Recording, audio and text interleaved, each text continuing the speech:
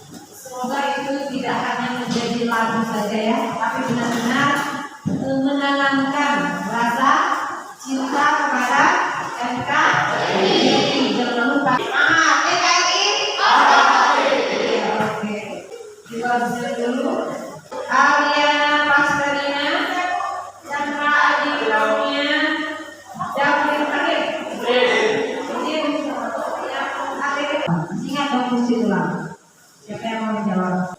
Pada manusia yaitu melindungi organ internal, menyimpan dan melepaskan lemak, memproduksi sel darah, menyimpan dan melepaskan mineral, memfasilitasi gerak dan menjaga hidup.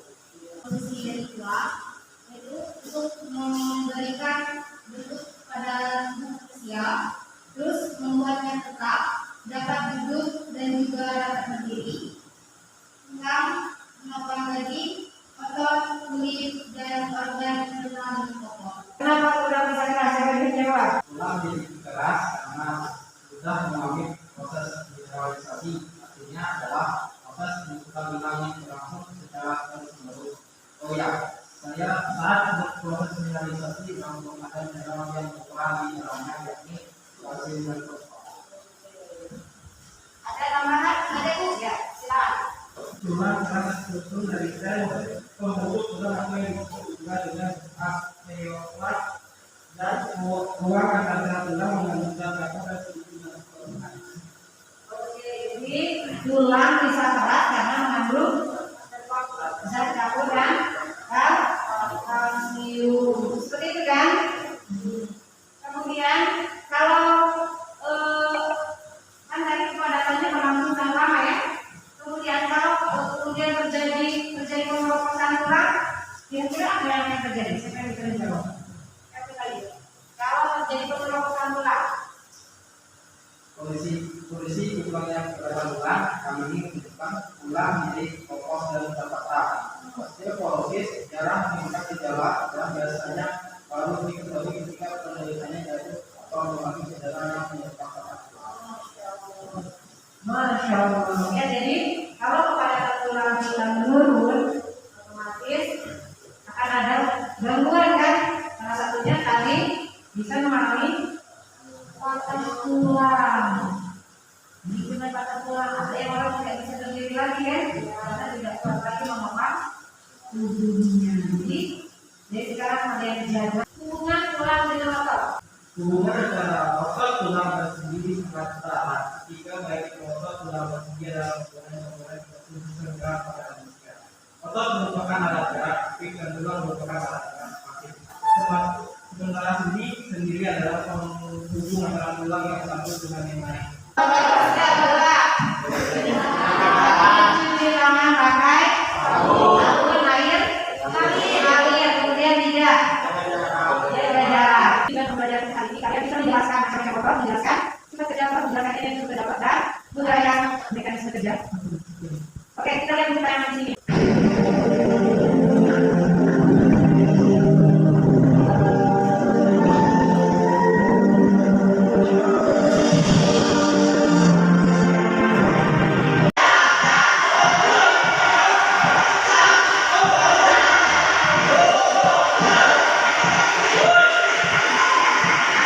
Bagus ya kan? Satu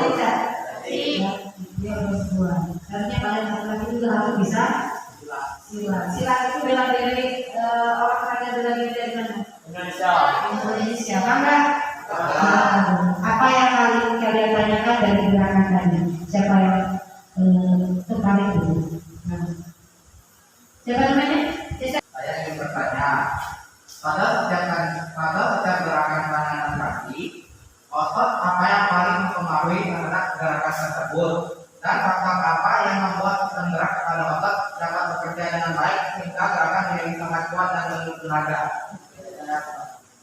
Siapa yang menjawab? Ayo. Menjelaskan bagaimana kerjasama antara otot dan tulang. Bagaimana kita ketahui bahwa otot tulang digerakkan oleh otot-otot, dan gerakan pada nomor tersebut ada dua, yaitu relaksasi dan kontraksi. Di mana kontraksi adalah memendek, sedangkan relaksasi adalah memanjang. Terima kasih. Terima kasih. Ada lagi tidak yang ingin menanyakan tadi? Jadi kenapa bisa tergerak? Karena gerakan tadi ditunjang ada otot, ada tulang. Bisa dipahami ya? Peta konsepnya yaitu otot ya. Otot ada pengertian, ada fungsi, kemudian jenis-jenisnya ada tiga, yaitu otot rangka, poros, dan yang kemudian ada biokimiawi, kontraksi otot, bagaimana itu bisa terjadi, kemudian sifat kerja otot itu ada berapa? Dua ya, sinergis dan antagonis. Kemudian kita dari juga otot rangka itu mekanisme kerjanya, metabolismenya, kemudian otot poros terdiri dari fungsi, unit dan unit tunggal. Ini garis besarnya kita konsep kita ya. Oke. Nah ini otot adalah apa itu? Otot pada tinggalnya tingkat kata. Otot rangka adalah otot yang melekat pada tulang dan dapat bergerak secara aktif untuk menggerakkan tulang sehingga disebut alat gerak aktif. Itu ya. Jadi otot adalah otot rangka adalah otot yang melekat pada tulang. Ini adalah otot rangka. Otot rangka ya, yang paling atas ini adalah otot rangka. Otot rangka ini seperti otot rangka secara keseluruhan. Kemudian terdapat epimysium. Ini epimysium yang melapisi otot rangka. Kemudian di dalam epimysium terdapat fasciculus otot. Kemudian di dalam fasciculus otot ini ternyata banyak lagi fasciculus otot kan. Kemudian di zoom diperbesar untuk fasciculus ototnya set. Nah ini adalah fasciculus otot tadi, ternyata ada lagi isinya apa saja? Perimysium, endomysium, serat otot. Nah ternyata serat ototnya ada satu juga. Ada berapa serat ototnya? Ada banyak itu, serat ototnya di dalamnya ternyata banyak. Jadi ditarik lagi di zoom serat ototnya set. Nah ini baru serat otot satu. Ternyata di dalam serat otot ini ada apa lagi? Ada sarkolemma. Ini yang keluar sendiri, ini apa namanya? Ada yang tahu? Nih namanya ini. Namanya adalah myofibril.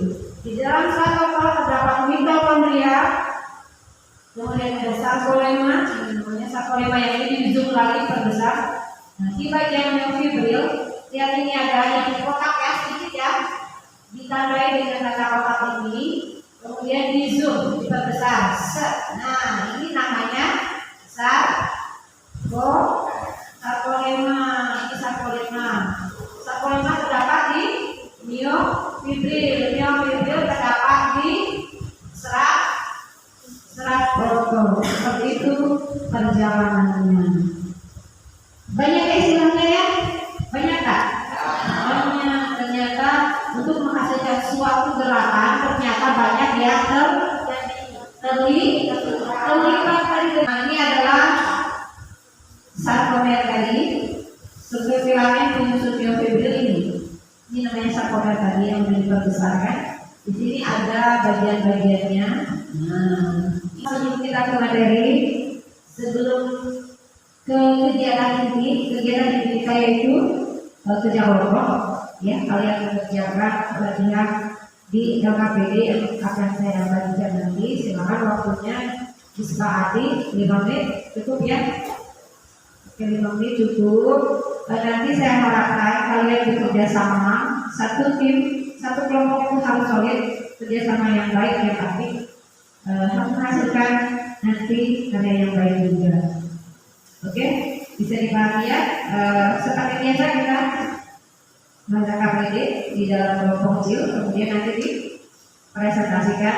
Silakan dibagi dari masing-masing kelompok siapa yang membahas apa, siapa yang membahas apa. Jadi dikasih kawan-kawannya supaya semuanya bisa aktif berbicara, berkomunikasi. Kita kan lagi belajar ya.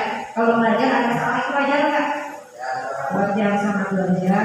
Nanti silakan dikerjakan LKPD-nya, persiapan hasil presentasinya. Jangan lupa nanti ada yang nanya ya dari masing-masing kelompok yang lain boleh bertanya. Tapi kesimpulan dan presentasi dan pertanyaan jawaban dari pertanyaan dan sama-sama. Saya pahamnya? Oke, silakan sekarang kalian bergabung dengan kelompoknya. Ini ya. Oke, ini silakan. Kelompok dua mana? Kelompok dua. Nah, silakan kelompok dua. Cari referensinya selengkap mungkin. Boleh dari buku yang ada, kemudian boleh dari internet, boleh juga dari jurnal-jurnal.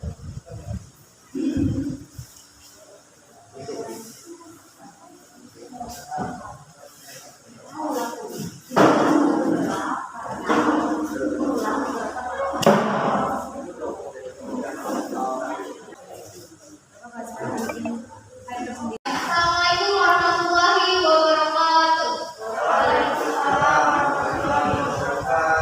Dibagi menjadi 3. Yang pertama yaitu otot polos, kedua otot lurik, dan ketiga otot jantung.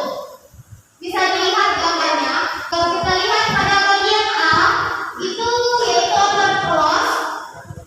Di bagian B ada otot lurik, dan yang bagian C ada otot jantung. Bisa kalian lihat kan gambarnya? Setelah itu kita akan lihat bagaimana letak fungsi, jumlah inti, letak inti, bentuk, struktur, tipe kerja, kemampuan kontraksi pada masing-masing otot. Yang pertama letak dan fungsi akan dijelaskan oleh Feby. Otot lurik terletak pada rada, otot polos terletak pada dinding, lambung, usus, paru-paru, dan organ dalam lain seperti jantung. Dan otot jantung hanya terletak pada jantung. Otot lurik berfungsi sebagai menggerakkan rada, otot polos menggerakkan organ dalam, dan otot jantung untuk memompa darah. Selanjutnya, jumlah inti pada otot rada terdapat banyak jumlah inti, sedangkan pada otot polos terdapat hanya 1, dan pada otot jantung terdapat 1 juga. Kemudian letak inti pada otot lurik terdapat di tepi, pada otot polos terdapat di tengah, dan pada otot jantung terdapat di tengah juga. Kemudian bentuk dari otot lurik ini yaitu silindris memanjang. Kemudian pada otot polos berbentuk gelembang, dan pada otot jantung berbentuk silindris bercabang. Struktur dari otot lurik yaitu bergaris, pada otot polos yaitu polos, dan pada otot jantung yaitu bergaris. Ada yang ingin ditanyakan? Oke, Kenapa otot lurik itu mudah lelah? Oke, makasih pertanyaannya. Mengapa otot lurik mudah lelah? Adanya penumpukan asam laktat pada sel-selnya. Karena ada penumpukan asam laktat. Jadi asam laktat ini yang membuat otot menjadi mudah lelah. Tapi kalian Oke, sekian. Kesimpulannya, kami akan menjelaskan tentang otot gas. Dari otot tersebut, yaitu ada 3, otot polos, otot lurik, dan otot jantung. Kami akhiri wabillahi taufiq wal hidayah. Wassalamualaikum warahmatullahi wabarakatuh. terima kasih untuk kelompok satu yang sudah dipaparkan tentang macam-macam otot dengan perbedaannya. Sudah cukup jelas ya? Silakan langsung aja kelompok 2. Kami dari kelompok 2 akan menjelaskan tentang penguatan otot yang berperan dalam bergambar dan sumber energi untuk otot. Yang pertama sumber energi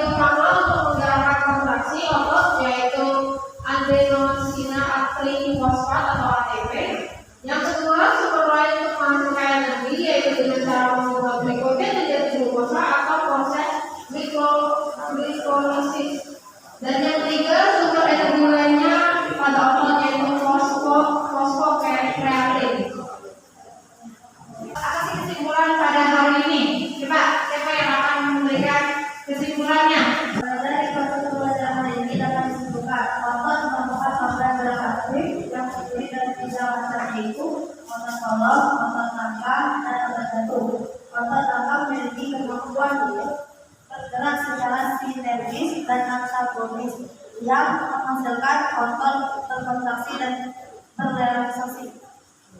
Refleksinya dari pembelajaran hari ini dapat saya refleksikan, ternyata sebuah gerak itu yang kita pahami cuma kontraksi dan relaksasinya saja.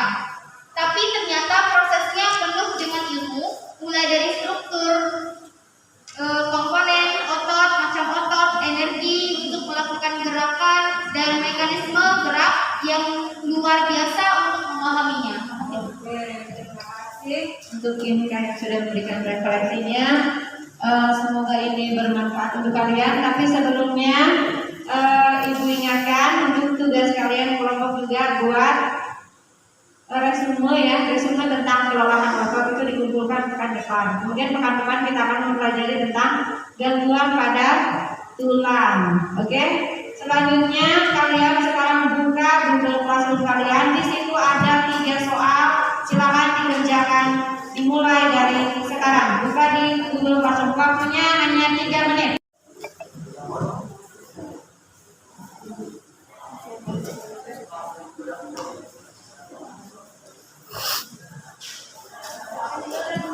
Ada soalnya kedua?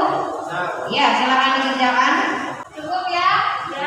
Ibu minta satu orang untuk memimpin doa sebelum kita akhiri pertemuan pada hari ini. Silakan silakan. Sebelum menutup kegiatan hari ini, marilah kita berdoa.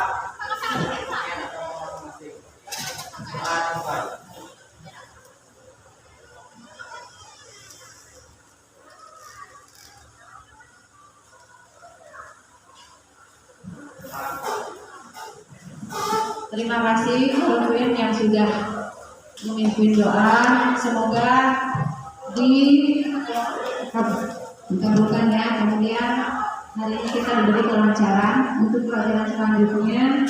Silakan diikuti. Mohon maaf kalau ibu ada kesalahan kata, ucap atau perbuatan ibu, bisa dimaafkan? Bisa. Ibu akhiri dengan bilang taufik wa hidayah. Wassalamualaikum warahmatullahi wabarakatuh.